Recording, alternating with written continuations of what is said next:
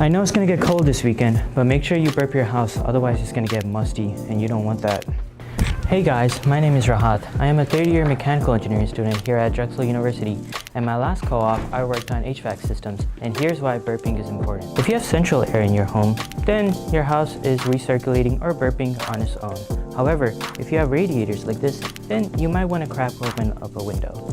Fresh air in, musty air out. Otherwise, it's gonna get stinky. I know it's gonna be cold this weekend, but would you rather have a cold room or a musty room? And guess what? Must usually means bacteria.